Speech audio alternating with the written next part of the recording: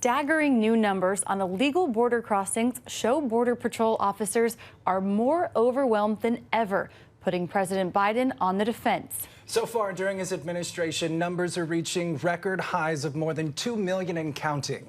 As CBN News senior Washington correspondent Tara Mergener reports, this news comes as both parties fight over who's to blame and what to do next.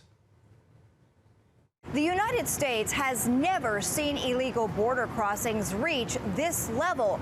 Republicans and now more members of the media are asking President Biden to explain what's behind this historic surge. In what country in the world are you allowed to enter illegally into a country violating its laws and within a week be in court suing the very government whose laws you've just violated? Senator Marco Rubio firing back. It's some of the 50 migrants who sued Florida Governor Ron DeSantis after he sent them from Texas to Martha's Vineyard. They were provided an ability to be in the most posh sanctuary jurisdiction maybe in the world. Rubio and other GOP critics claiming migrants take advantage of American taxpayers and the country's legal system. Anyone who comes here illegally to come and to stay, and we should assume that responsibility, but only if they stay in Florida, but only if they stay in Texas, not if they come to New York, not if they come to Massachusetts. The Biden administration has already transported hundreds of thousands of migrants to U.S. cities from coast to coast, many under the cover of darkness.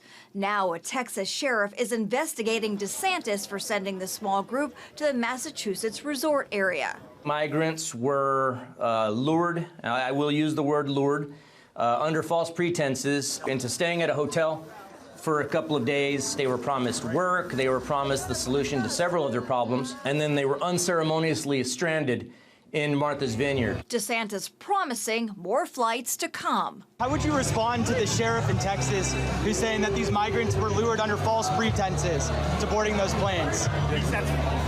As the border grows more overwhelmed by the day, Biden has struggled to explain the skyrocketing number of illegal crossings into border cities like El Paso, this week claiming more people are fleeing communist regimes. On the border, why is the border more overwhelmed under your watch, Mr. President?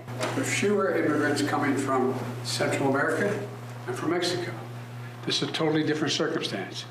What's on my watch now is Venezuela, Cuba, and Nicaragua. In recent days, busloads of migrants have also arrived at Vice President Kamala Harris's D.C. home, though she insists the border is secure. Here in D.C., the mayor's emergency declaration remains in effect due to the thousands of migrants sent here by Republican governors. The D.C. Council just approved $10 billion to open a government office aimed at supporting the migrants. In Washington, I'm Tara Mergener, CBN News.